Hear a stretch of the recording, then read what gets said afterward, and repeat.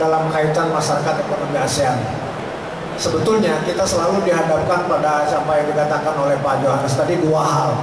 Pertama, menghadapi sistem jaminan sosial nasional SJSN. Yang kedua, menghadapi pasar bersama ASEAN.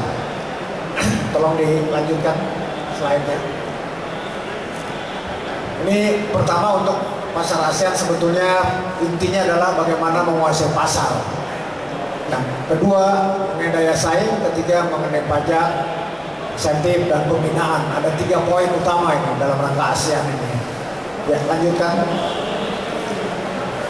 Ini perkembangan yang tadi juga disampaikan oleh Pak Johannes, pasar ASEAN. Saya kira kita tahu persis bahwa dengan tingkat income per kapita Indonesia naik, maka kelas menengah akan naik. Jadi dengan demikian pasar Indonesia akan masuk ke dalam bagian yang lebih luas lagi, yaitu mencapai angka yang lebih besar. Nah, kalau melihat ditambah dengan SJSN, dari kondisi yang ada sekarang yaitu 6.000 per orang per bulan bagi kurang lebih 86 juta peserta Jamkesmas, nanti akan ada 96 juta peserta Jamkesmas yang naik penerima bantuan iuran dari 6.000 menjadi 19.225. Dengan demikian, menurut perhitungan akan ada kenaikan pasar sekitar 4 triliun. 4 triliun ini angka yang sangat besar. Itu akan terjadi pada tahun depan. Dengan catatan, nah ini nanti mungkin Pak Samsul, dengan catatan kalau ada uangnya. Tapi ini sudah dianggarkan oleh pemerintah 4 triliun.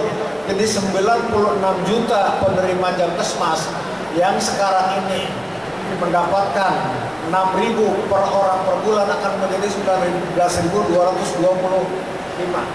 Jadi dengan demikian per orang akan naik 12.000. 12.000 kali 96 juta itu angkanya kurang lebih 5,1 triliun. Sebelumnya angkanya adalah 1,1, jadi angka naik 4 triliun. 4 triliun itu kurang lebih sekitar 400 atau 350 juta rupiah, juta US dollar. 350 juta US dollar kenaikan itu sangat tinggi. Nah, ini untuk apa saja? Jumlah ini adalah kita harus kalikan dengan angka keseluruhan. Jadi angka 4 triliun itu hanya untuk obat. Karena kita perhitungkan obat ini adalah 25% dari total biaya kesehatan. Nah, kalau biaya kesehatan 19.225, maka 25% kali 19.225 kali 95 itu adalah 5,1. Tahun sebelumnya sama proporsional, 25% juga obat. Jadi demikian ada 350 juta. 350 juta ini untuk produk apa? Produknya semuanya diperkirakan sebagian besar adalah obat generik, obat yang terjangkau. Nah, ini kemudian kita melihat sebetulnya apa sih yang diperlukan. Lanjutkan ini, sudah lewat ini. Yang berikutnya, ini kalau kita melihat di sini ada 202 industri farmasi termasuk asing, kemudian itemnya 11.000, kemudian active pharmaceutical ingredientnya 926, kemudian dari Doen 392. Nah, yang 392 atau 391 ini akan berkembang menjadi 512 untuk kebutuhan tahun depan. 512 itu untuk mencakup kurang lebih 4 triliun tadi atau 350 juta US dollar. Ada 512 item. Yang sementara ini sering kita gunakan adalah 392. Jadi ada 120 item produk yang selama ini belum masuk. Nah, produk ini terutama masuk dalam golongan-golongan anti kanker. Produk-produk yang digunakan selama ini yang sangat tepat.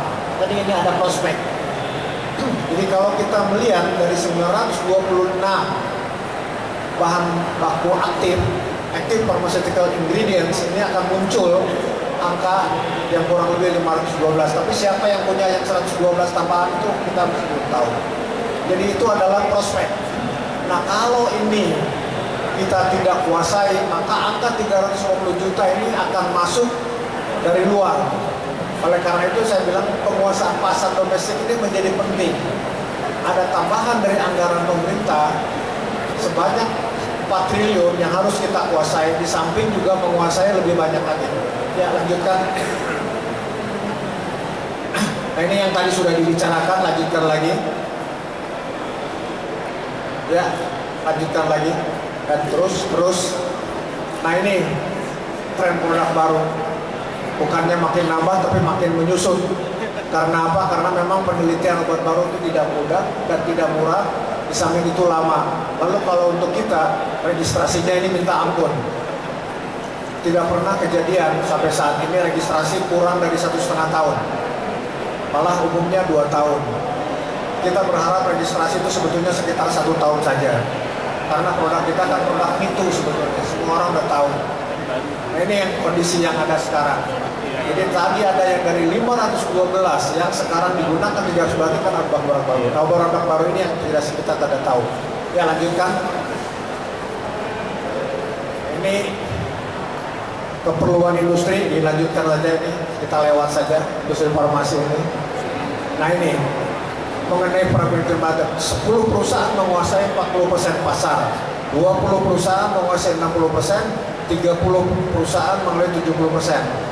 Yang sisanya yang 180 ini berdesak-desakan memperebutkan pasar yang 30%.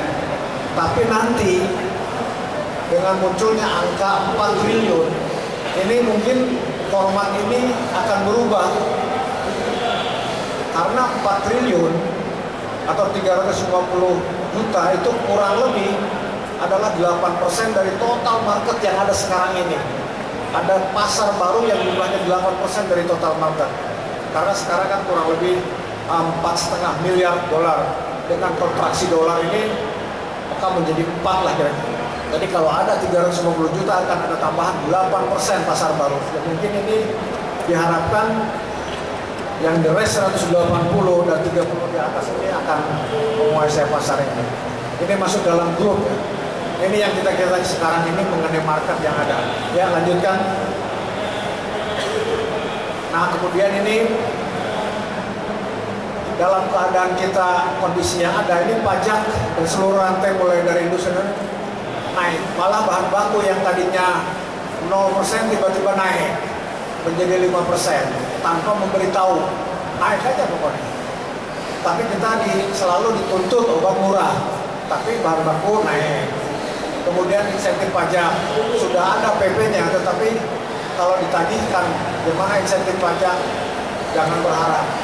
Ini juga tidak bisa. Kemudian ini yang bawah nih, percepatan CPOB dan registrasi. Pokoknya yang kurang dari 1,5 tahun saya kira nggak pernah terjadi. Betul ya Pak? Nggak pernah terjadi. Rata-rata 2 tahun lah. Tidak peduli produknya apa, bahan aktifnya apa, pokoknya 2 tahun paling cepat. Jadi ini hal-hal yang menghambat kita. Saya kira itu saja dulu. Karena mudah-mudahan bisa bermanfaat untuk bahan diskusi. Terima kasih Pak Jatun yang sudah melengkapi presentasinya Pak Yohanes. Sudah lengkap lagi dengan kemajuan industri farmasi menghadapi masyarakat ekonomi ASEAN 2015. Dengan cukup detail, sistematis, Pak Jatun juga memberikan gambaran ke depannya itu kita seperti apa yang menjadi kendala, apa menjadi tantangan kita ke depan, apa tren produk baru ke depan, dan juga kendala-kendalanya, registrasi yang masih lama, birokrasi, pajak tadi, ya saya agak senyum juga pada waktu Pak Jatun bilang pajak tadi tiba-tiba bahan baku, betul sekali. Memang kita diminta untuk bisa menekan harga obat dengan COGS yang kecil, tapi bahan baku yang kita masih 90% masih impor dari luar, kalau pajak yang dinaikkan ya tentunya juga ikut terpengaruh.